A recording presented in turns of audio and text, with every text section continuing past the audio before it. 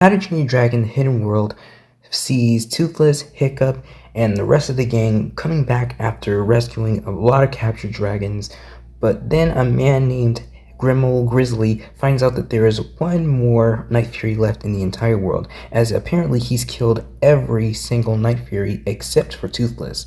So after knowing this, Hiccup and the others find out that Grimmel has an army so big that they actually can't really fight it on their own, as evident by the destruction of Berk. So as a result, they plan to find the Hidden World and basically disappear off the face of the map. But it's also shown that Toothless has in fact found what's called a white variation of a Night Fury known as the Light Fury and falls in love with her. So Hiccup has to grasp the over-crushing weight of becoming the new leader of Berk while finding the Hidden World and finding a way for Toothless to find the Light Fury so that the two of them can finally get together.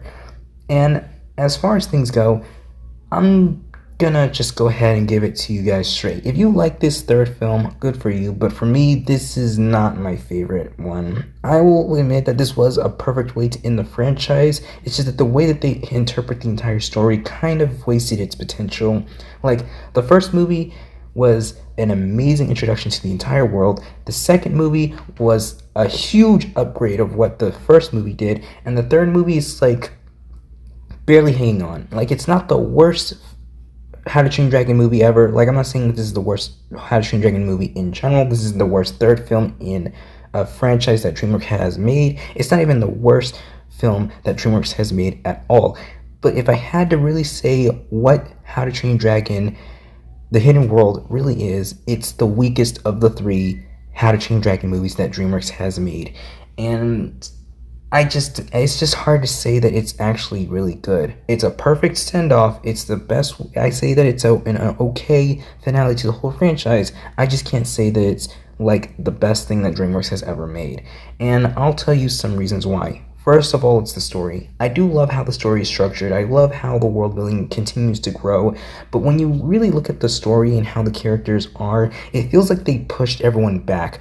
Like, we do get some level of importance when it comes to Tough Nut, where he's just like this wingman for Hiccup, trying to get him married to Astrid. And then we have Gobber, who has like this thing where he meets a dragon that thinks he's cursed now, and there's this one where Snotlord basically or essentially has some type of crush towards Volca, who, mind you, is Hiccup's mom.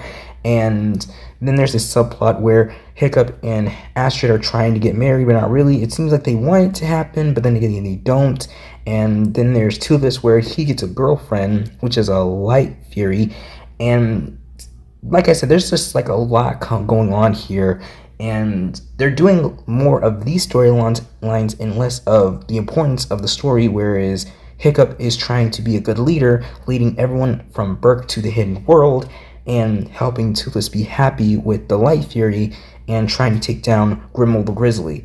All these story elements are in the movie, but it's barely and hardly developed in a way where I don't feel like the writers care about those storylines when that's what the movie is about. Instead, they rather focus on all these storylines here, all these other storylines that are hardly part of the entire plot, which kind of ruins it. I will give you that the animation did actually upgrade. It seems like they brought back the elements of the first movie and elements for the second movie and put the graphics together and upgraded that, because that's kind of what it looks like. The overall graphics and the environment of the animation looks amazing, but that's all I can really say from there. I really do love the introduction to other dragons, even though the size of the dragons don't really matter when they say how big this one dragon is. Yeah, it's a big dragon, but it's nowhere as big as the Mighty Bewilderbeast or the Red Death, okay? It's not that big of a deal. And I do love how they bring up that because of all the dragons that they rescue, Berk becomes basically overcrowded. Like, there's not a lot of places to live. Buildings are always being toppled. And I like that they have a procedure for these outcomes, but that doesn't really need to happen. I feel like at this point, Berk would be expanding even more. Like, it would take the whole mountain. Like, the whole mountain is now Berk. It's not just one part of the mountain. You'd think that at this point, that's what they did, but they didn't really do that. It's more like they're toppling buildings next to or on top of each other instead of just making and forcing room across the whole entire Burke Mountain. But they're not doing that, and it kind of ruins the motif of how the world building of Burke is from there. And I will give it credit that I do actually like how the hidden world looks. I like the idea of dragons living deep underground to where it's hard to really determine where the hidden world is. And when they do, they don't really go there. And I do like that they don't go there. I do feel like it would have made a lot more sense if Burke did live there. But I do love the idea of Hiccup giving up the dragons. I love the idea of Toothless leading all the dragons to the hidden world so that the dragons can live freely without any hunters coming after them. The idea of dragons being disappeared because of everything that's happened within the 3 How to Train Your Dragon movies is an amazing impact. And I can say that it was really sad that Hiccup had to say goodbye to Toothless, and Toothless had to say goodbye to him, as every dragon, every writer, everyone in the story had to say goodbye to their dragons, and it was a really sad ending. And I really love the time jump from the end of the movie where we see the children of Hiccup and Astrid, and I did actually like the wedding scene at the end. And I do really like the closing of the movie, because in the end of the day, even though I didn't like how the story structure was, even though I didn't like the direction that they were going on with all these storylines that could have just been pushed to the side or had some level of importance where, yeah, this is happening,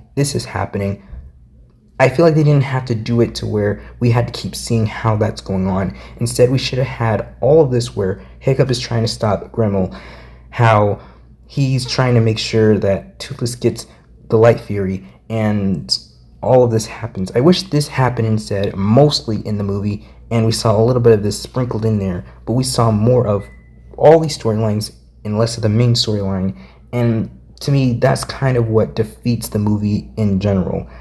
But in the end of the day, I'm not going to say that How to Train Your Dragon Hidden World is the worst movie of all. It's just that it's the weakest of the 3, and I felt like that they should have done more with the movie story and more with the development. And I will also want to bring up this other thing. I am a fan of the armor, but I feel like it should have been an upgrade of their armor from the last movie, where they applied the scales on their old armor instead of just having brand new armor instead. And I do like their new attire, but I just wish that we saw this in the second movie, because we've never seen them wear this in the second movie, and I don't know where they're wearing this. I guess it's nice to have variety, but we should have just saw it in the background or something like that. But in the end of the day, like I said, I did enjoy the movie. I just wish there was more to it than what we saw in the film, which is why I think that How to Train Your Dragon Hidden World is the weakest of the 3. So I'm going to give you guys my rating. I'm going to give the story an 8 out of 10 because, like I said, there was just so much going on in just that much time. In the end, it was good. It's just not enough to say that I enjoyed the story enough to say that it was the greatest ever. And I'm going to give the movie a 9 out of 10.